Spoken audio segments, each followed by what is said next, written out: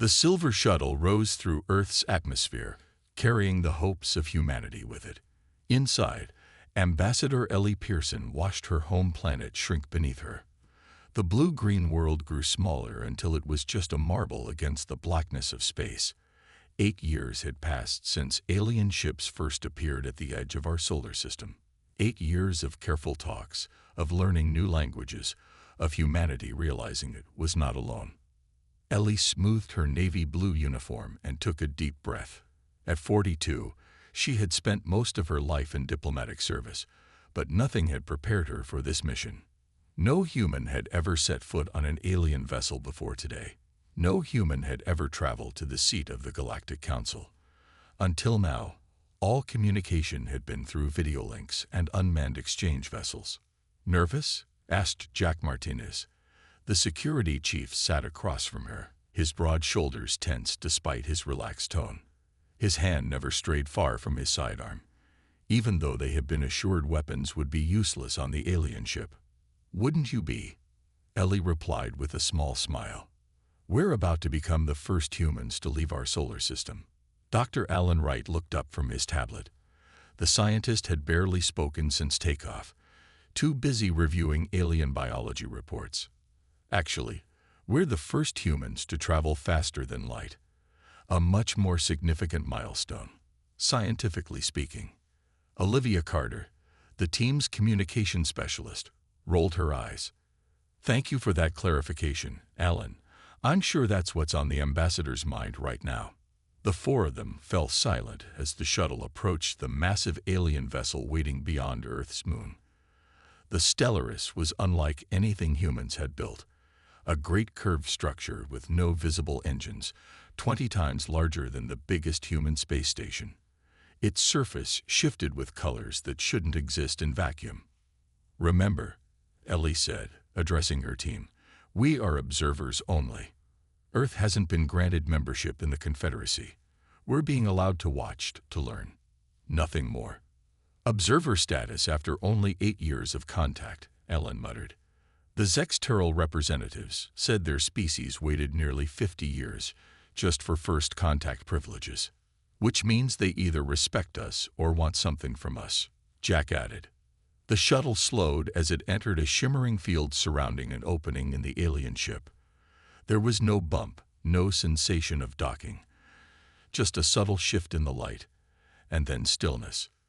"We have been received," announced a flat, electronic voice, their AI translator.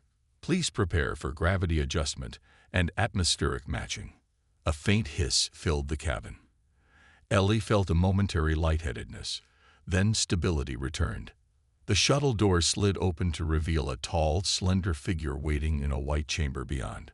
The alien had 4 arms, pale blue skin that seemed to shimmer with faint patterns, and large, dark eyes that blinked sideways.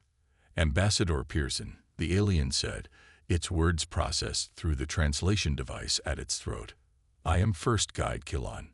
Welcome aboard the Stellaris." Ellie stepped forward, careful to keep her hands visible in the greeting position they had been taught. "Thank you for receiving us, First Guide. We are honored to represent Earth." Kilon's head tilted in what they had learned was an expression of acknowledgement. "The journey to Nexus Prime will take approximately 3 of your Earth months. During this time, you will learn our protocols and be prepared for your observer duties." As the human team followed Kilon into the ship, Ellie noticed how the walls seemed alive, shifting with subtle patterns. The corridor widened into a vast chamber where dozens of different alien species moved about. Some floated rather than walked. Others seemed to phase in and out of visibility. "The Confederacy currently hosts 27 recognized species," Kilon explained, noting their amazement. "You will be introduced to representatives from each during your journey." Ellie felt the weight of history on her shoulders. They were the first, the pathfinders. What they learned, how they behaved, would shape humanity's place among the stars for generations to come. "Beginning now," Kilon said, "you are guests of the Galactic Confederacy." Days on the Stellaris blended together. Ellie often woke confused, the strange hum of the ship reminding her she was no longer on Earth. Their rooms were comfortable but alien. The beds curved to support bodies different from human ones, and the lighting pulsed in rhythms that made Alan complain of headaches. By the end of the first month, they had fallen into a routine. Mornings were spent in language lessons, afternoons in cultural briefings, and evenings reviewing what they had learned. The Confederacy expected them to understand basic protocols before they reached Nexus Prime. "I don't like this," Jack said during one of their private meetings. He had swept their quarters for listening devices, but none of them felt truly confident they weren't being monitored. "Have you noticed how they talk about Earth? Like we're children who did something cute." Olivia nodded. "The way First Guy Killan explained their technology yesterday, it was like explaining a car to a dog." "And these protectorate arrangements," Ellie added, looking at her notes.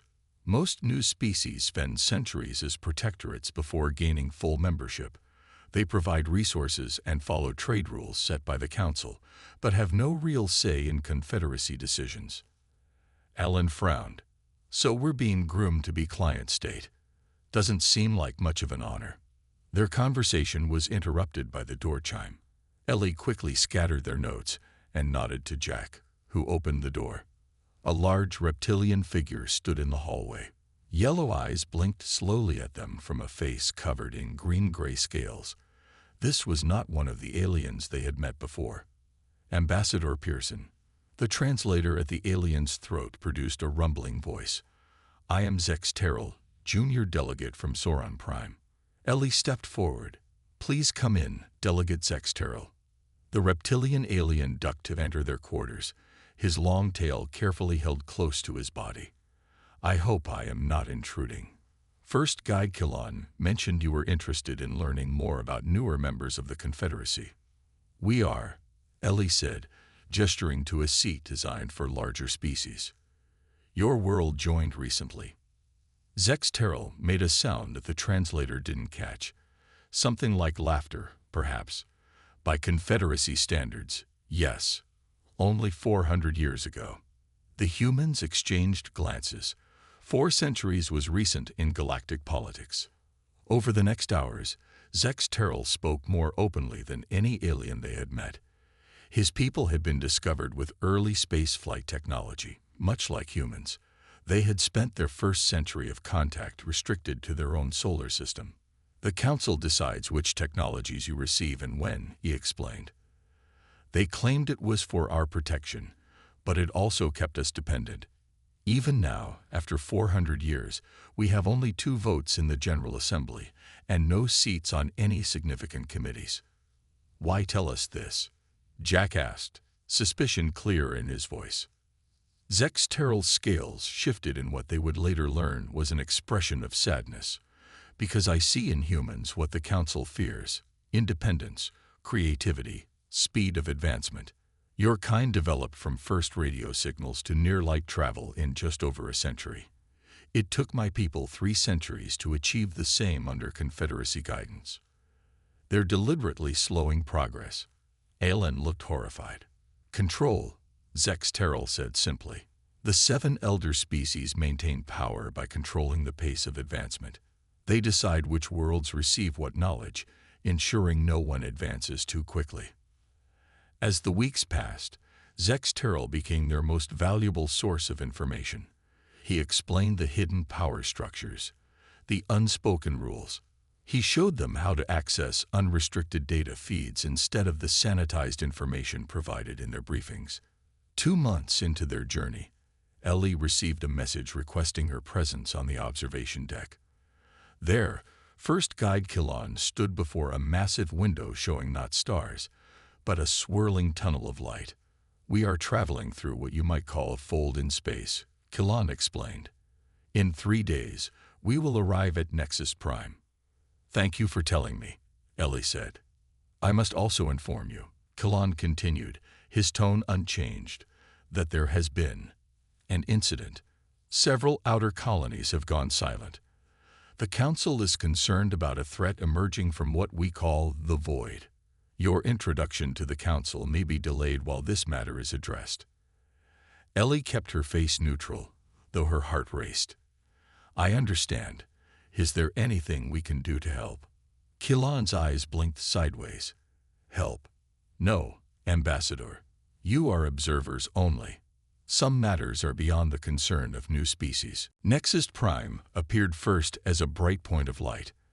As the Stellaris drew closer, the light grew and took shape. It was not a planet as Ellie had expected, but an enormous artificial structure, a perfect sphere with countless lights glittering across its surface. It's the size of Earth's moon, Alan whispered, his face pressed to the viewing window. How is that possible? The Council began building it 8,000 years ago, Zex Terrell explained. He had come to see them off as they prepared to disembark. Each member species adds to it. There are entire oceans, mountains, and forests inside. Environments for every type of life in the Confederacy.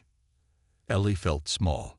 Humanity had been so proud of their space stations and moon base. Now she saw how truly new they were to the galactic stage. Their shuttle descended toward a massive opening in the sphere's surface. Inside was a docking bay larger than New York City, filled with ships of every imaginable shape. Some looked like massive crystals. Others resembled living creatures. A few were simply clouds of light with no clear boundaries. Remember what I told you, Zex Terrell said quietly as they prepared to leave. Show respect, but not submission. The Council sees weakness as natural in new species. The human team stepped onto Nexus Prime with carefully controlled expressions, though Ellie could feel her heart pounding. The air smelled different, not bad, but filled with scents she had no words for. The gravity was slightly lighter than Earth's. And everywhere, aliens moved about their business. A group of tall, elegant beings with 4 arms like Kilon waited for them. Unlike Kilon's blue skin, theirs was pale gold. They wore flowing garments that seemed to float around them. Ambassador Pearson, the tallest of them, said, I am High Guide Varen. Welcome to Nexus Prime, capital of the Galactic Confederacy. Ellie performed the greeting gesture they had practiced. Thank you for receiving us. Earth is honored. How adorable, said a voice from behind the High Guide. A small, floating creature that looked like a purple cloud with eyes drifted forward. It speaks the formal greeting perfectly, like a well-trained pet. Varen's expression didn't change, but one of his 4 hands made a sharp gesture. Observer Melix, you forget yourself. The cloud being bobbed in what might have been apology and drifted away. You must forgive some of our colleagues, Varen said smoothly.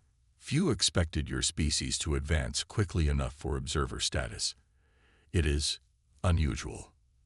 They were led through vast hallways where the ceilings rose hundreds of feet above them. Aliens of all descriptions moved about, some floating, others crawling, some using mechanical aids to move. Ellie noticed how they were watched with curious eyes. Tentacles, sensory stalks, and other organs she couldn't name. Their quarters were in what Varen called the diplomatic ring, a section where representatives from across the galaxy lived. The rooms were more comfortable than on the ship, adjusted to human preferences with normal beds and lighting. The Council is in emergency session, Varen informed them. The formal introduction of Earth will be delayed by at least 3 cycles. In the meantime, you may observe public sessions and explore designated areas of Nexus Prime.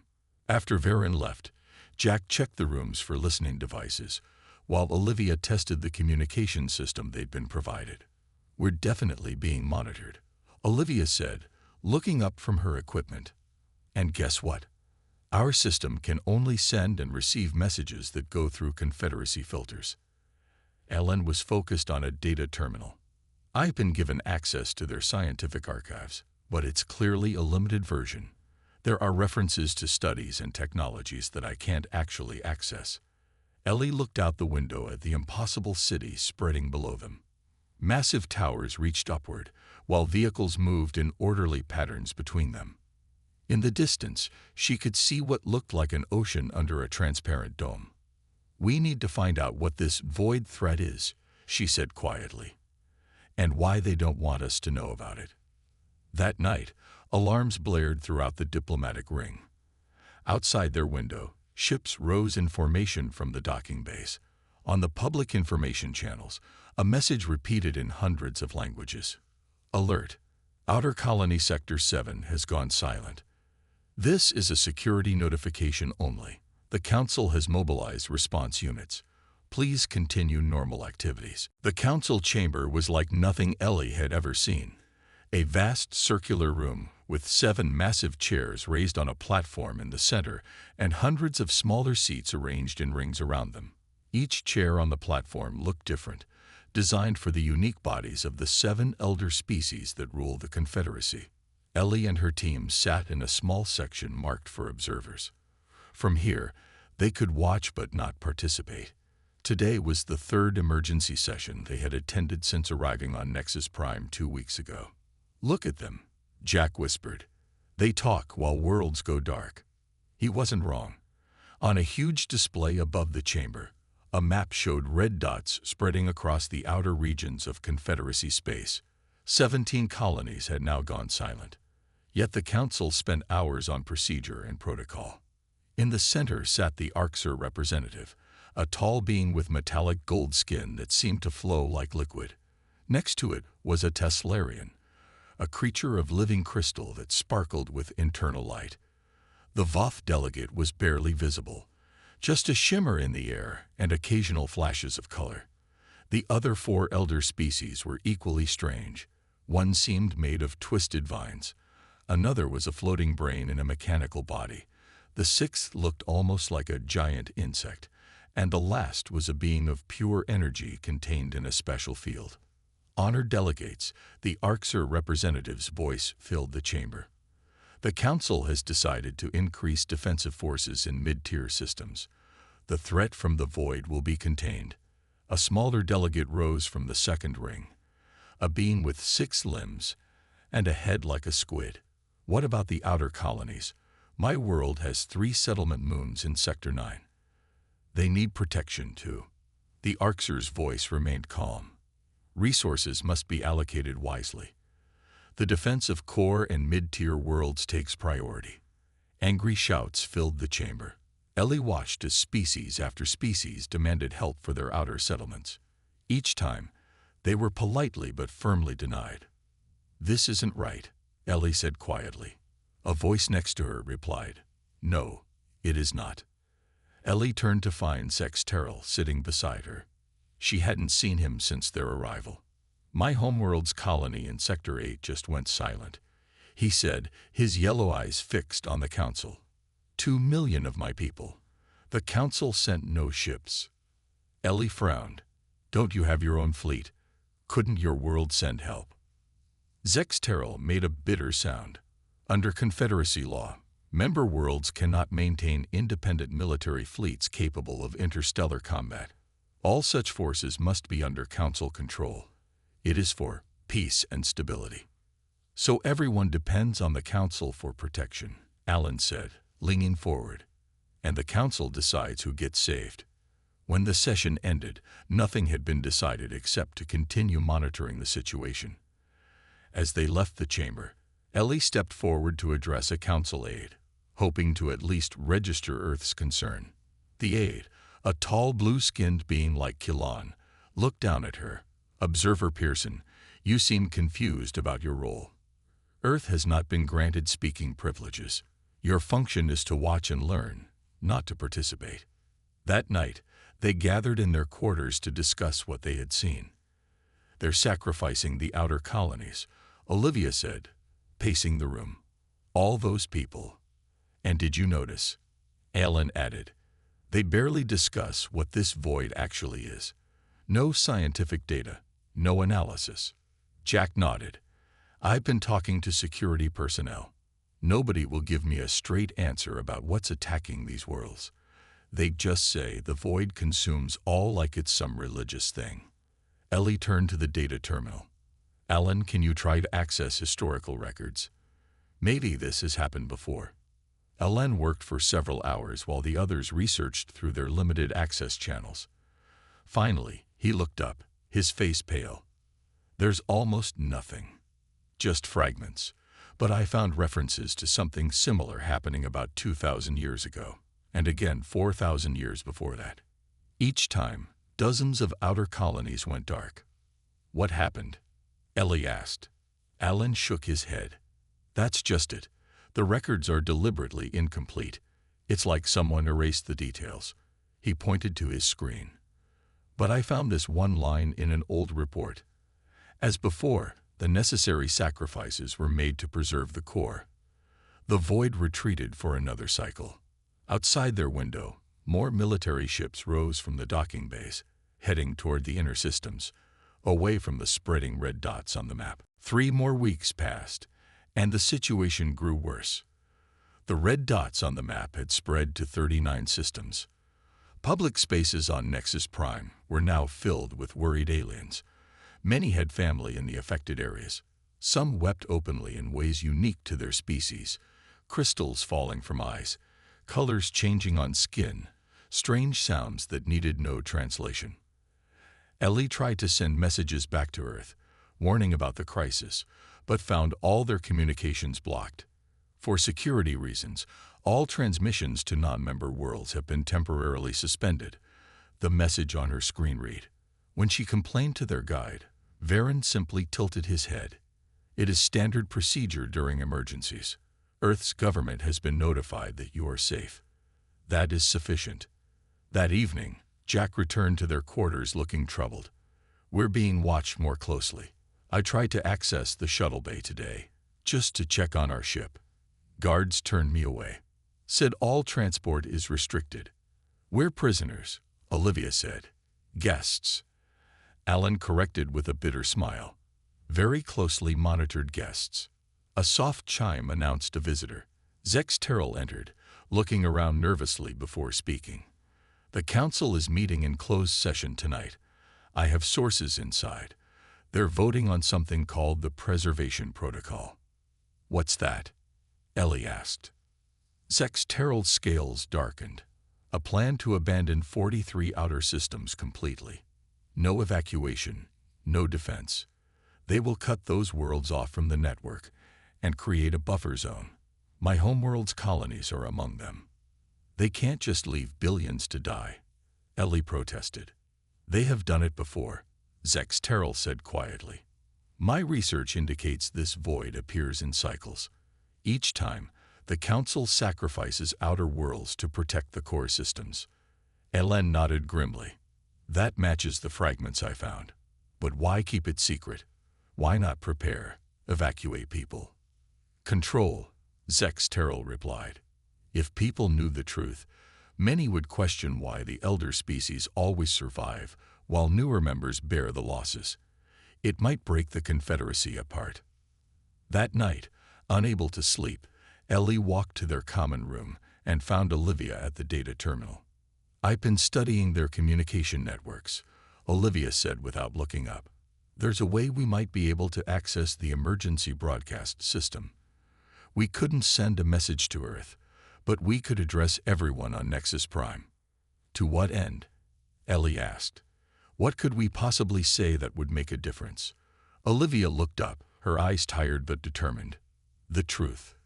That the Council has been hiding this threat for thousands of years instead of uniting to fight it. That they're planning to sacrifice billions of lives again. They'd stop us before we could finish, Jack said, entering the room in his sleek clothes. And then they'd throw us in whatever passes for jail here. Maybe, Alan said, joining them. But what if that's exactly what humanity is supposed to do? We've always been fighters, survivors. We don't abandon our own. Ellie looked out at the city lights of Nexus Prime. Even if we could get the message out, who would listen to us? We're just primitives to them. The next morning, High Guide Varen came to their quarters personally. Ambassador Pearson, the Council has requested your presence at today's General Assembly. Earth will be formally acknowledged. This was what they had come for, official recognition as observers, but now it felt hollow. The assembly hall was packed with representatives from hundreds of worlds. At the center, the 7 elder council members sat on their raised platform. Ellie was led to a small podium in front of them. The Arxer representative rose, its golden skin rippling. Representatives of the Confederacy, we welcome Earth as an observer world. In these troubled times, it is important to maintain our traditions of inclusion. Ellie stood silently as was expected. Observers did not speak at their introduction. They simply accepted the honor with a bow. But as she looked around the vast chamber, she saw fear in so many alien faces. She saw Zex Terrell, knowing his people were being abandoned. She saw the empty seats of representatives whose worlds had already gone dark. And something inside her broke. Earth thanks the Council for this recognition, she said, breaking protocol by speaking. Murmurs rippled through the hall. The Arxer representative's eyes narrowed. But I must ask, what exactly are we being included in? Silence fell over the assembly hall. The Arxer representative's golden skin rippled with what might have been anger. Ambassador Pearson, it said, its voice still smooth but colder now. You have not been granted speaking privileges. Please resume your position. Helly felt her heart racing but stood her ground. I have a question about the void. Why has the Council hidden information about previous cycles? Why sacrifice outer colonies instead of uniting to fight this threat? The silence broke into a wave of whispers and shocked exclamations. Many delegates looked confused. Clearly, they hadn't been told about previous appearances of the void. The Teslarian counselor, its crystal body flashing with sharp red lights, rose next to the Arxer. This human speaks of things it cannot understand. Security, remove the Earth delegation. Guards moved toward Ellie. Jack stepped forward to protect her, but she shook her head. They couldn't fight their way out of this. Think about what I said. Ellie called out as they were led away. Ask why information is being hidden from you. They were taken back to their quarters, now with guards posted outside.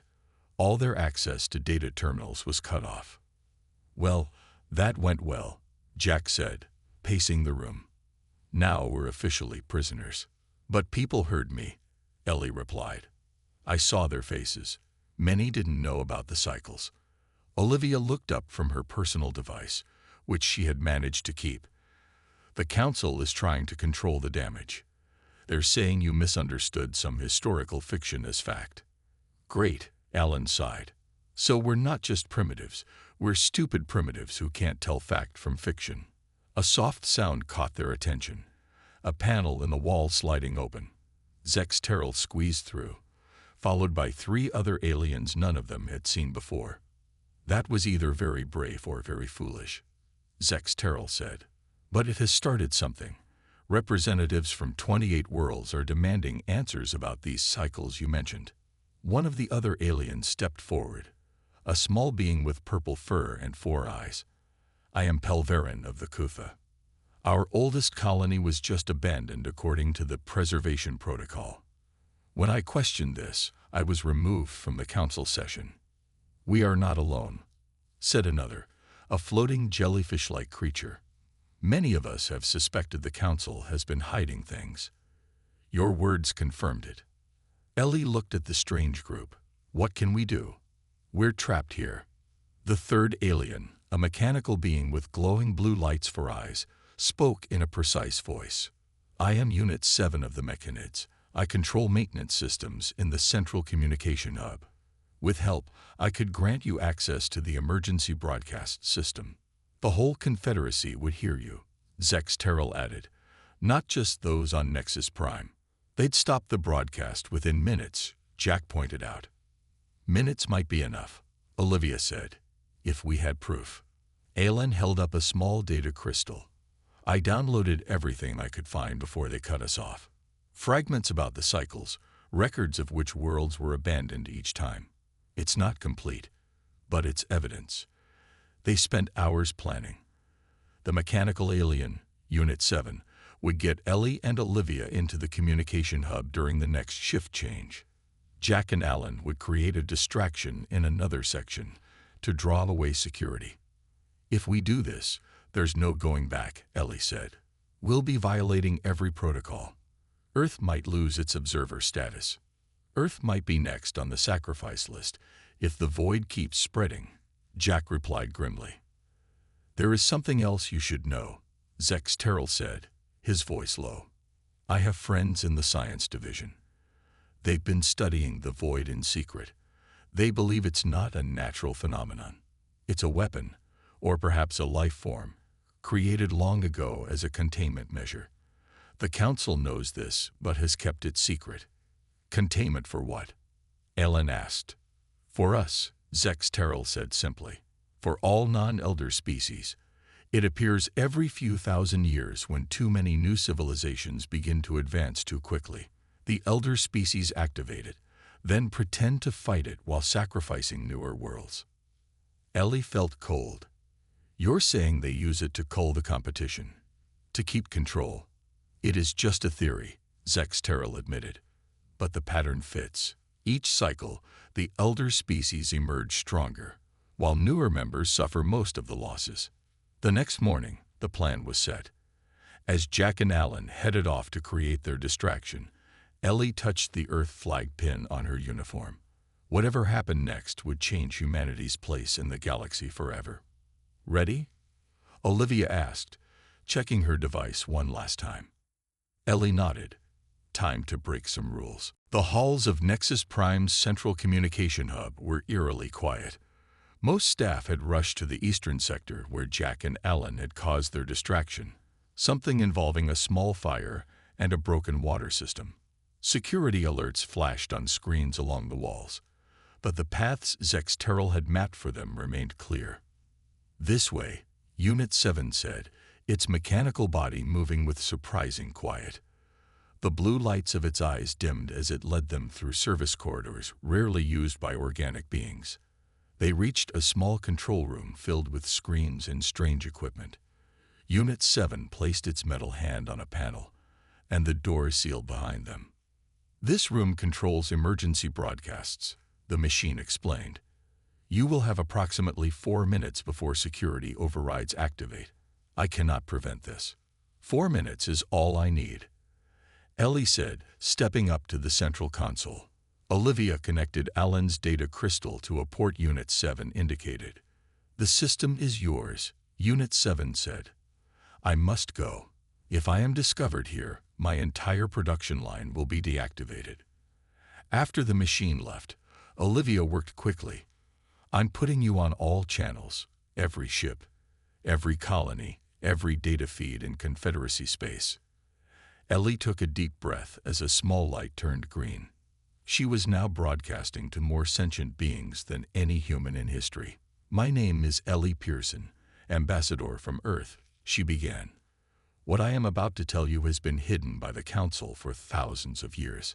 She spoke clearly and simply, explaining how the void appeared in cycles, how outer colonies were repeatedly sacrificed, and how records were erased afterward.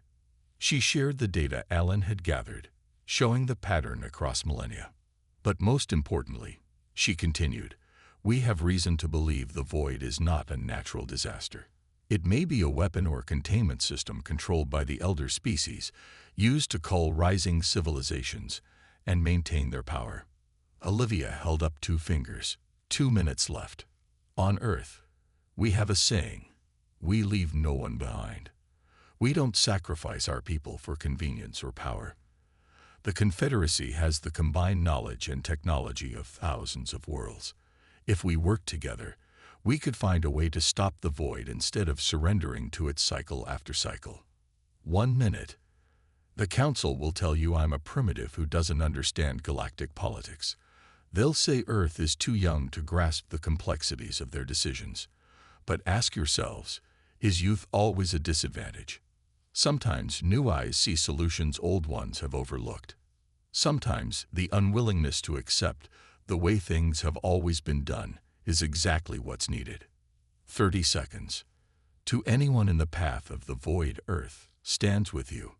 To representatives of all worlds, demand answers from the Council. And to the Council itself, the time of secrets and sacrifice is over." As Ellie finished speaking, the screens flashed red. Olivia's face was pale but smiling. "They're trying to cut us off, but it's too late." The message went everywhere. The door burst open. Guards rushed in, weapons ready. Behind them stood High Guide Varen, his face showing more emotion than Ellie had ever seen from his species. "Do you have any idea what you've done?" he asked, his voice trembling. Centuries of careful balance, destroyed in minutes. Ellie stood tall despite her fear. "I've told the truth, something you should have done long ago." They were taken directly to the council chamber. Unlike the General Assembly Hall, this room was smaller, designed for private meetings. The 7 elder counselors waited, their alien faces unreadable to human eyes. The Arxer stood, its golden skin now dull with anger. "Ambassador Pearson, you have violated every protocol of the Confederacy. You have spread dangerous misinformation. You have incited panic." Before Ellie could respond, the chamber doors burst open again. Dozens of representatives pushed their way in, species from all across the Confederacy. Zex Terrell was among them, as were the 3 aliens who had joined their plan. "Is it true?" demanded a tall insect-like being at the front of the group. "Has the void appeared before? Have you sacrificed our colonies in previous cycles?" The council chamber, for the first time in perhaps thousands of years, fell into complete silence. The silence lasted only moments before erupting into chaos. Hundreds of voices demanded answers in dozens of languages. The council members looked at each other, their usual calm shattered. Finally, the Voth counselor, the gaseous being that usually appeared as just a shimmer in the air, took solid form, something Ellie had never seen before. Its voice came from everywhere at once. "Yes, the void has come before. Yes, we have managed its path. But not as a weapon, as a necessity." "You admit it," gasped a representative from the front row. "The truth is more complex than the human suggests," the Arxer said, struggling to regain control. "The void is ancient, older than even our civilizations.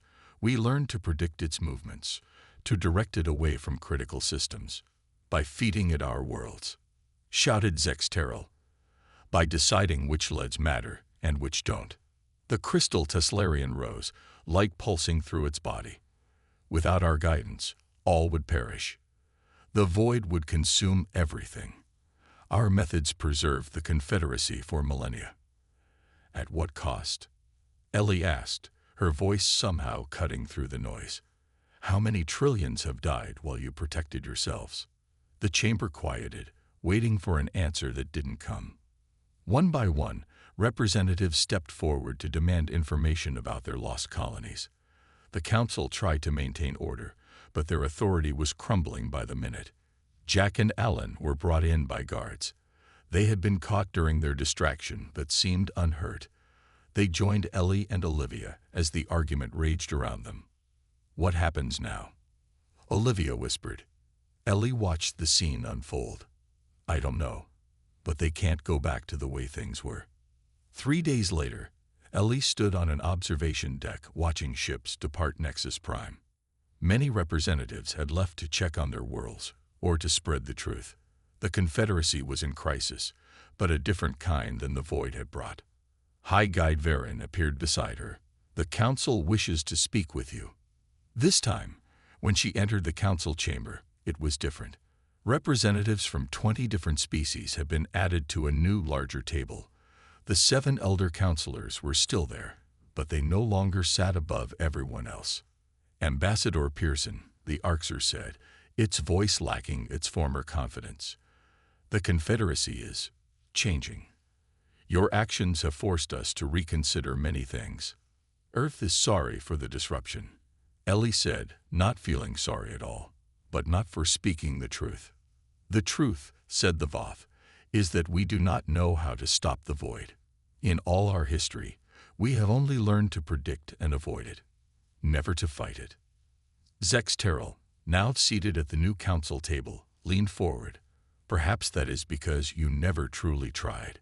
You never united all our knowledge and technologies toward that goal. Which is why we have called you here," the Arxer said to Ellie. "Earth's observer status has been upgraded. We offer full membership with an immediate seat on the new Emergency Council." Ellie was stunned. "Why?" "Because," said a new voice, the insect-like being who had first demanded answers. "We need new ideas. Your people think differently. Your first instinct was not to run or sacrifice, but to stand and fight. We have reviewed your species' history," the Teslarian added. "Your people have faced extinction many times, yet always survived. Perhaps your primitive perspective is exactly what we need." 6 months later, Ellie stood on the bridge of a ship unlike any built before. It combined technologies from 30 different species, including new contributions from Earth. Around it, a fleet of 10,000 vessels prepared to enter the region now known simply as the Void. "All ships report ready, Ambassador," said Captain Olivia Carter from her command chair. Ellie nodded, looking at the crew around her, humans working alongside beings from across the galaxy. Jack headed security operations. Alan led the science team. And in engineering, Zex Terrell coordinated with experts from a dozen worlds. "The Void has consumed enough worlds," Ellie said, feeling the weight of history. "Today we stop running. Today we stand together." As the fleet moved forward, Ellie thought about how much had changed because she had broken protocol and spoken up in a room where humans were only meant to listen. Sometimes the newest voice had the most important things to say. "Fleet is in formation," Olivia reported. "On your command." Ellie looked at the stars ahead, at the darkness between them that had terrified the galaxy for thousands of years. "All ships," she said calmly, "advance."